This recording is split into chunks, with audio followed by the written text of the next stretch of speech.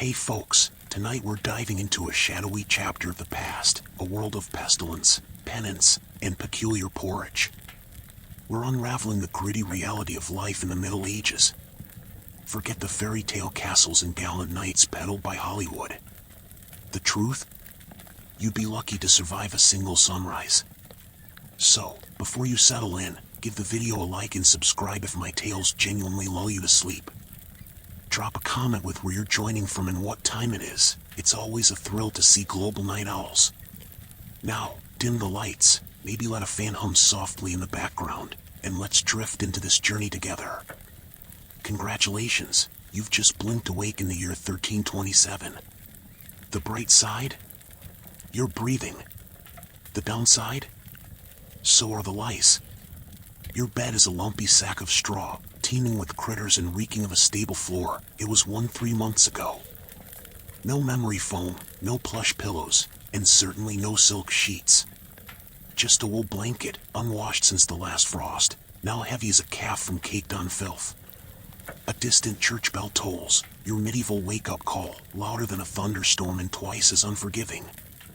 Your home is a rickety wooden shack, one room, no windows, with an open layout where your family, livestock, and uninvited bugs share the stage. The aroma? A pungent mix of sour ale, human musk, goat breath, and a whiff you hope isn't rot, but deep down, you know it is.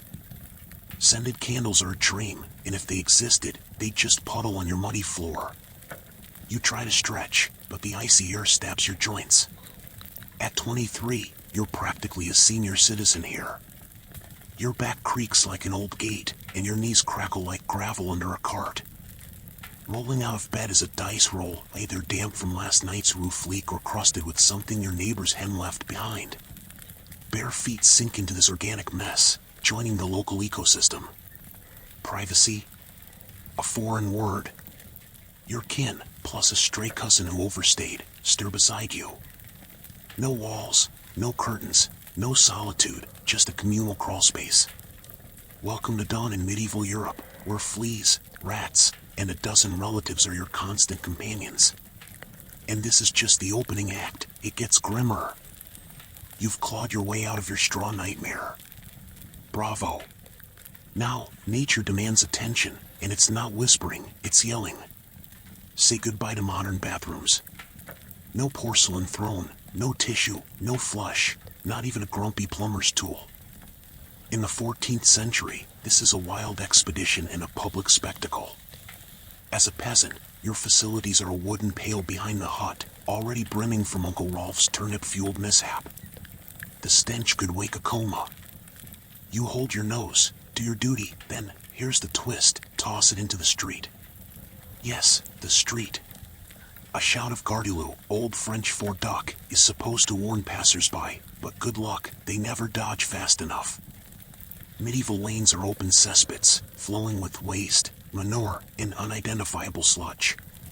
If you're in a town with public latrines, rejoice, you'll sit elbow to elbow with strangers in a stifling shed where privacy is a joke and the air is a punishment. No toilet paper here, folks use straw, rags, moss, or, on a lavish day, a wool scrap. Sometimes nothing, which might explain the rare handshakes. In a castle? Slightly better, a garderobe, a hole dropping straight into the moat. You survived the privy ordeal, you deserve a treat, right? Perhaps a warm, hearty breakfast? Not in medieval Europe. Comfort is a myth. Your morning meal is a bleak ritual. No eggs Benedict, no coffee gurgle, no avocado on toast. You squat by a fire with a wooden bowl of sludge scraped from a boot heel. Meet your daily pottage, a thick, murky stew of whatever's handy, grains, roots, maybe a bean if fate smiles. It's been bubbling in the same pot for days, weeks, with new scraps tossed in. Less a dish, more culinary gamble. Alongside, a hunk of bread so hard it could shield a knight, made from coarse rye or barley, padded with sawdust or acorns. Drinks? No juice or lattes, just weak ale at dawn. You've choked down your dismal meal, now dress for the day. One outfit. That's it. A scratchy old tunic or linen shift, worn months, maybe years, without a wash. No seasonal wardrobe, just wear it till it rots or breeds fungi. Underwear? Optional. A linen undershirt if you're lucky. Otherwise, it's commando under sweaty wool, stitched by someone clueless about seams. No washer, no soap, no dry cleaner, just stains, stiffness, and a compost reek. Your skin revolts, fleas, lice, and bedbugs thrive. Everyone's infested, from nobles to monks. No toothbrush, no paste, no rinse. Oral care is as rare as bats. Some chew twigs or swish vinegar, but your teeth fend for themselves. By 25, your smile's a ghastly ruin, cavities, swollen gums, decay staining every bite. Sugar's creeping in for the rich, rotting their teeth faster, the poor manage with fermented bread and grit. Toothaches are constant, like medieval weather, prayer, booze, or a plier yank are your options. Barbers double as surgeons, yanking teeth by candlelight with no painkillers. Time for work, no office, no desk, no break. If you're 90% of folks, you're a peasant, toiling for a lord who forgets your name. Up at dawn, down at dusk, 6 days straight. Tools? A wooden hoe, a rusty sickle, and your creaking bones. No weekends, no clock out, just survival. Women juggle fields and kids work by 5, no school, just a rake and a prayer. Weather's no mercy, winter's a frigid gauntlet with drafty walls, cloth windows, and scant firewood, stealing it risks execution. You huddle, nose frozen, feet numb. Summer's a sweatbox, no fans, no deodorant, just flies and mosquito symphonies. No sunblock, no hats, just straw scraps. Heat stroke? A bad turn. Feeling thirsty? Need to freshen up? Want to splash a little water on your face to wake up from this damp fever dream of a life? Too bad. In medieval times, water isn't your friend. It's trying to murder you quietly. Let's start with drinking. The nearby stream looks fresh, bubbling, and clear, like something out of a fantasy movie. But spoiler alert, it's not. Upstream, someone just dumped a chamber pot into it. And if not that, then a dead pig is probably decomposing in it. What about bathing? Surely water was used for cleaning. In theory, yes. In practice, absolutely not. See, back then, people believed bathing actually opened your pores and let the disease in. That's right. Washing yourself was considered medically risky. Communal bathhouses did exist, but they quickly gained reputations as places for gossip, scandal, and sometimes full-on medieval extracurriculars. So, naturally, the church got involved and shut many down. And rainwater collected in open barrels where birds poop, insects breed, and moss thrives. Let's start with the diagnosis. Everything wrong with you, whether it's a cough, rash, broken bone, or the creeping plague, is caused by your humors being out of balance. The 4 humors were blood, phlegm, yellow bile, and black bile. According to medieval science, your health depends on keeping them balanced, like some sort of internal soup. Got a fever?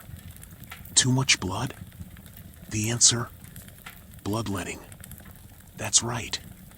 Let's drain your life force into a bowl using a dull blade or a hungry leech. And yes, barbers were often the ones doing it.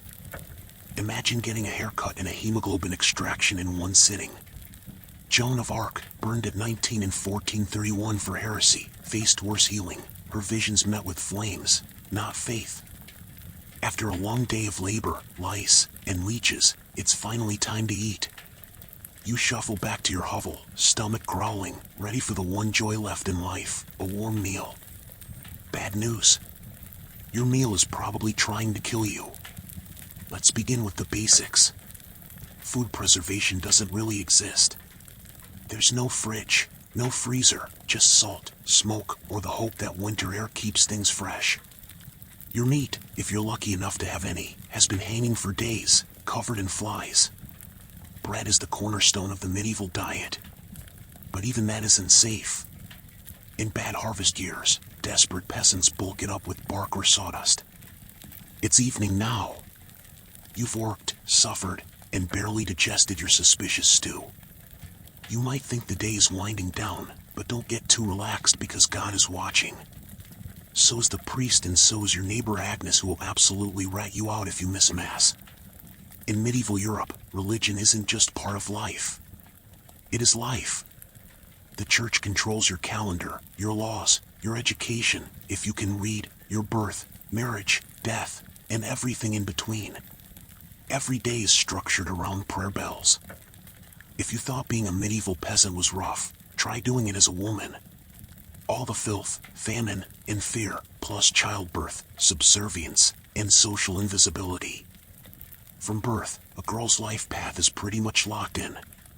Marry young, bear children, serve your husband, die tired. Marriage happens early. Really early. It's not weird to be betrothed at 12 and pregnant by 14. Childbirth is a death lottery. There's no prenatal care, no sterile tools, no anesthesia. So far, you've battled filth, starvation, social injustice, and possibly a goat. But just when you think your day can't get any worse, here comes violence. Loud, bloody, and often completely acceptable by medieval standards. The idea of law and order mostly meant hope the local lord isn't in a bad mood. Steal a loaf of bread, you could lose a hand. Welcome to trial by ordeal. One version, you stick your hand in boiling water. At this point, you've made it through the lice, the leeches, the laundryless misery. But now comes the final chapter of most medieval lives, an early and unglamorous death. If you're alive past 40, you're a celebrity. The average life expectancy hovers around 30 to 40 years, dragged down by infant mortality. Nearly half of all children die before age 5. Disease, malnutrition, or one bad winter was all it took. So, how's your day been? You've woken up in filth, relieved yourself into a bucket, brushed your teeth with wishful thinking. Welcome to a single day in medieval Europe. Still dreaming of becoming a knight? That romanticized version of the Middle Ages, gallant swordsmen, noble ladies, is a myth. In truth, the medieval world was gritty, cruel, and deeply unfair. Even the nobles weren't immune to misery. So tonight, when you slip into your clean bed with indoor plumbing, antibiotics, and central heating, say a quiet thank you to the modern world.